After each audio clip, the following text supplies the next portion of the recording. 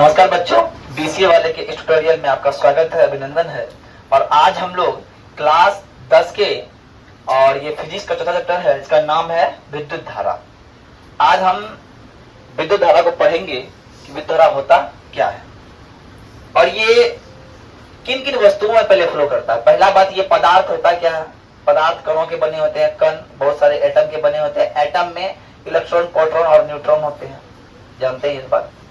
अब जब हम पदार्थ की बात करते हैं, विद्युत धारा की बात करते हैं, तो विद्युत धारा में होता क्या है। तो सर विद्युत धारा क्या है? किसी चालक में आवेशों के प्रवाह को, हमारे पास एक वायर है, ये वायर है और वायर में क्या हो रहा है, आवेश प्रवाह कर रहा है, यहां से वहां जा रहा है, तो हम बोलेंगे इसमें क्या है, विद्युत धारा है। क्या बोलेंगे? विद्युत धारा है। तो मतलब ये कि चालकों में आवेशों के प्रवाह क्या बोलते हैं, विद्युत धारा बोलते हैं सर। और इसको दर्शाया जाता है आई के द्वारा। किसके द्वारा दर्शाया जाता है? तो सर इसे आई के द्वारा दर्शाया जाता है और इसलिए आई बराबर क्या होता है, क्यू बट्टा टी होता है। क्या होता है? क्यू बट्टा टी। मतलब एक समय में जो आवेश प्रवाह कर रहा है, समय में जो आवेश प्रवाह कर रहा है किसमें, चालक पदार्थ में, तो वो क्या कहलाएगा, विद्युत धारा कहलाएगा। और इसका एसआई मात्रक एमीटर बोलता है, कोई एमीटर बोलता है, कोई ओमीटर बोलता है, कोई एमीटर बोलता है। इंपॉर्टेंट यही है कि विद्युत धारा का एसआई मात्रक क्या होता है, एमीटर, है ना। अब आते हैं सर, यह एक कैसी राशि है, तो यह एक अदिश राशि है। यह एक कैसी राशि है, अदिश राशि है। इसका परिमाण होता है, दिशा नहीं होता है ना। तो सर हम बात कर रही है आवेश की, बात कर रही है, आवेश है क्या। हम जिन आवेशों की बात कर रहे हैं वो आवेश है क्या। तब तक ये पदार्थ पदार्थ है, लेकिन इन पदार्थ को हम कभी छुए और इससे हमको कुछ झटका लगे, है ना, अचानक झटका लगने लगे, है ना, अचानक गर्म लग जाए, गर्म हो गया अचानक, कुछ तो हो रहा है इसके अंदर, है ना। ये मम्मी क्या करती थी, मम्मी छोलनी रख दी है और छोलनी रखी हुई है, हम छूते हैं उठाते कोई दिक्कत नहीं है। मम्मी खाना बनाने के लिए छोलनी को थोड़ा सा पहिया पे रखती है, लेकिन इस सिरा तो लग पे नहीं है, लेकिन जब इसको छूते गर्म हो जाता है। वो गर्म क्यों हुआ? कोई तो है जो वहां से गर्मी को यहां ला रहा है, वो यही आवेश है। ध्यान समझिएगा, जब कोई पदार्थ में विद्युत क्षेत्र और चुंबकीय क्षेत्र उत्पन्न होने लगता है तो पदार्थ के ये गुण विद्युत आवेश कहलाते हैं। अब कोई पदार्थ में अगर विद्युत क्षेत्र और चुंबकीय क्षेत्र उत्पन्न होने लगे, खींचने लगे, धक्का देने लगे, झटका मार दे, इसका मतलब वो क्या है, उस पदार्थ वो जो गुण है, वो गुण कौन सा गुण है, वो गुण है विद्युत आवेश का गुण। क्या गुण है? विद्युत आवेश का गुण। और सर इसे क्यू द्वारा दर्शाया जाता है, तो हमारा जो क्यू है वो क्या है, विद्युत आवेश है। और इसका ऐसा ही मात्रक क्या होता है, कूलम होता है। क्या होता है? और ये आवेश दो प्रकार के होते हैं, धनावेश और ऋणावेश। ध्यान समझिएगा, धनायन आवेश, धनावेश और ऋणावेश होता है। धनायन देना था, धन आवेश देना था, धनावेश, धनावेश और ऋणावेश, है ना, धनावेश और ऋणावेश, है ना, धनावेश और ऋणावेश। भगत में जी बात एक बार समझिए, according to Coulomb's law, Coulomb का नियम, जो कूलम जो है, कूलम करने का नियम दिया, बोला बाबू अगर दो प्लस चार्ज है, ध्यान समझिए, दो प्लस चार्ज है तो वो एक दूसरे को धक्का देगा, बोलेगा बाबू तुम जाओ इधर। दो माइनस भी है, धक्का देगा, तुम दोनों अलग अलग रहो, हम दोनों साथ नहीं रह सकते। लेकिन एक प्लस रहे एक माइनस है तो बोलेगा आवन बाबू रे, आवन, दोनों साथ मिल जाते हैं, नहीं बताना। इसीलिए धनावेश कभी भी आपस में एक दूसरे को रिपेल करता है, प्रतिकर्षित करता है, और समान आवेश एक दूसरे को आकर्षित करता है। लेकिन ये चीज हमारे टॉपिक में है नहीं, इसलिए हम पढ़ने। अब आते हैं चालक क्या होता है, अचालक क्या होता है, अर्धचालक क्या होता है। इसको अचालक बोलता है, कोई कुचालक बोलता है, आपको जो बोलना है बोलिए, है ना। मतलब चालक मतलब चलने वाला, चालक मतलब हम क्यों चला रहे हैं सर, क्या चला रहे हैं, विद्युत धारा को। ऐसा पदार्थ, समझिए बात, ऐसा पदार्थ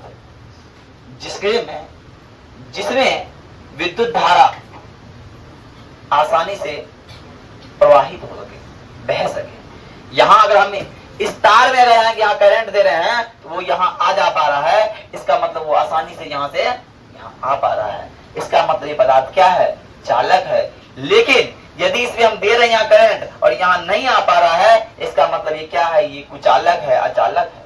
बात समझ में आ रही है। ऐसे पदार्थ जिसमें विद्युत धारा आसानी से प्रवाह कर सके वो क्या कहलाएंगे सर, वो चालक पदार्थ कहलाएंगे। ऐसे लोहा में होता है प्रवाह, टीना में होता है, तांबा में होता है कि नहीं, बोले इसके नो, अरे होता है कि नहीं। अब बात कर रहे सर अचालक की बात कर रहे हैं, अचालक में कौन है, लकड़ी। लकड़ी यहाँ लगा दो तार, यहाँ कितनों कुछ कर दो, करंट आएगा कि कभी नहीं आएगा, कभी नहीं आएगा। रबड़ में आएगा, नहीं आएगा। तो ऐसे पदार्थ क्या कहलाते हैं, और चालक या कुचालक कहलाते हैं। क्या कहलाते हैं, और चालक या कुचालक कहलाते हैं। और नेक्स्ट चीज है अर्धचालक।